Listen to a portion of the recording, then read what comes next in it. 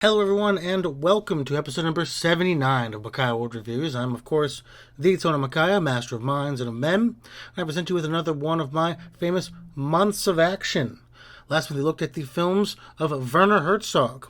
This one will be a huge departure, as the month of June we are going to be looking at the films of the man that barely needs an introduction, the immortal Hollywood Hulk Hogan. Why? Because I enjoy punishing myself and you, that's why. We start this week off with Suburban Commando. Now I want to say, I know Vian Fuso and Brian Zane did stuff on Hulk Hogan last month, coming into this month. I did not know that. I write these scripts way ahead of time. I wanted to just put this in here and say, I apologize to Brian, I apologize to V. We just had a shared collective moment. Not that I'm anywhere near their league. But hey, if I can ride their coattails and get one or two people to look at my stuff, I don't mind at all. So let's go ahead and get to it. But hey, go ahead and subscribe so I can talk more about wrestlers acting poorly in movies for a long time. I also want to say, who follows Werner Herzog with Hulk Hogan? No one's got that range, baby. Suburban Commando, directed by Burt Kennedy. Bud Boddicker, a Z-list director, called Burt the best Western writer ever, yet he isn't writing this movie, he's directing it. And admittedly, Mr. Boddicker said nothing about his directing. This is the second to last film Burt ever directed, with good reason. Written by Frank Capello.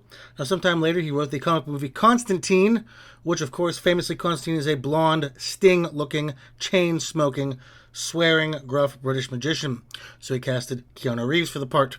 Not a terrible film, however, but beyond that, he did nothing worth a note, and certainly nothing worth mentioning. Starring, of course, Hulk Hogan, one of the men that defined wrestling in the 80s, for better or for worse, then again in the mid-90s once again, for better or for worse. The immortal Hulk Hogan. Now, I was a Hulkamaniac when I was a kid, and I think he deserves some credit for his stature in the wrestling world. He also deserves derision for so many more things. I would recommend, and I don't do this lightly, Jim Cornette's YouTube page, where he and his podcast partner, I think it's Brian Last, for like a half hour, go over the various things Hulk has lied about during his career. I may link it down below. It's really brilliant. Christopher Lloyd is also in this. Christopher Lloyd, really? Come on, man. This was the year the Addams Family came out. The same year. And the year after Back to the Future Part 3. It was 1 year ago. Well, I am not a huge Back to the Future fan, or really at all. This was a dark low for anyone in the world. And poor Shelley Duvall is also in this. Jesus, Hogan stars over Christopher Lloyd and Shelley Duvall.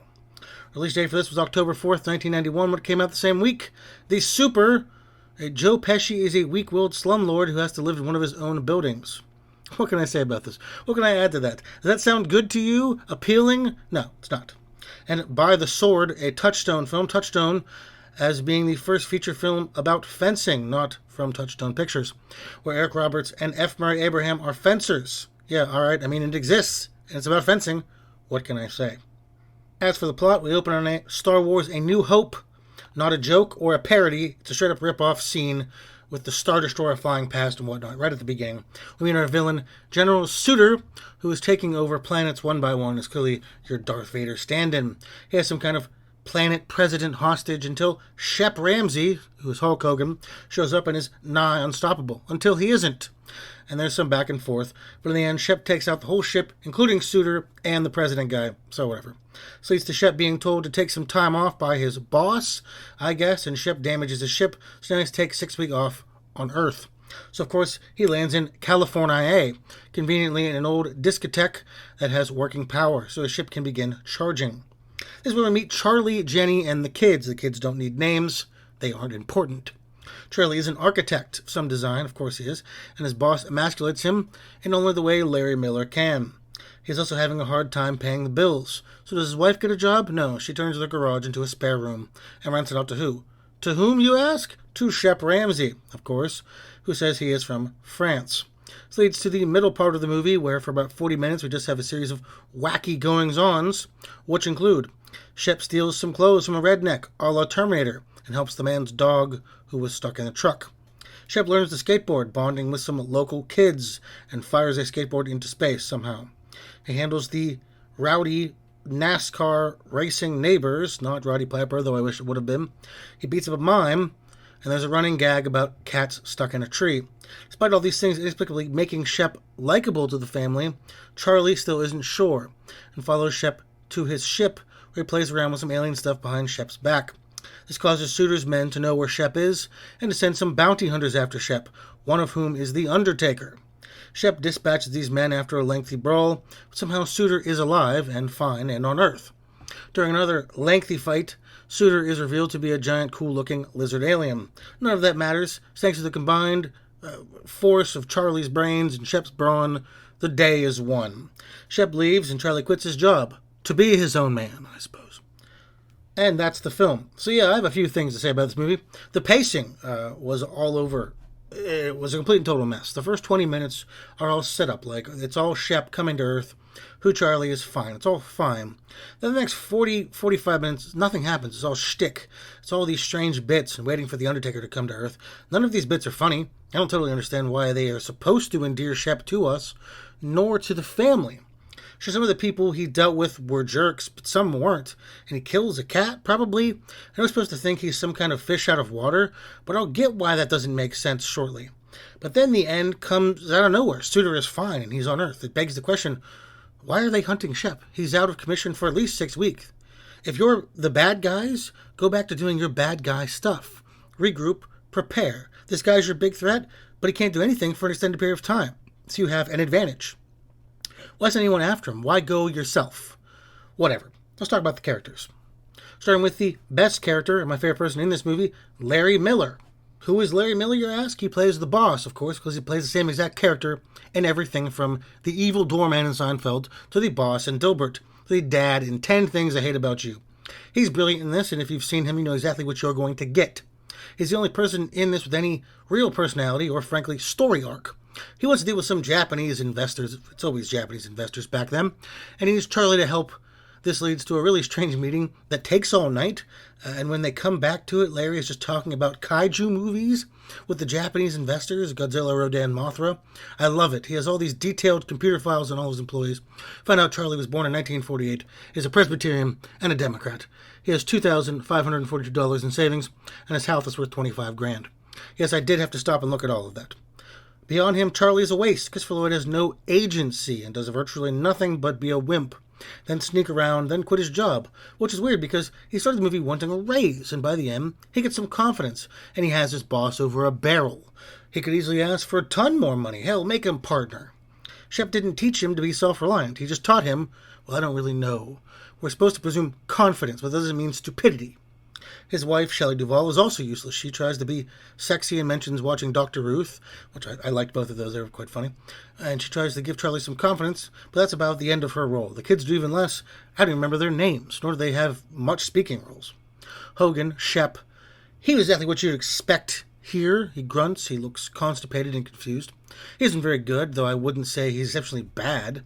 His character is confusing. He knows about Earth, deriding Earthlings. And he's from a civilized space. Hell, he even knows what an apartment for rent means. But like other things he has no idea about, like what a mime is, or a skateboard, or like a cat in a tree, or social cues, is very strange.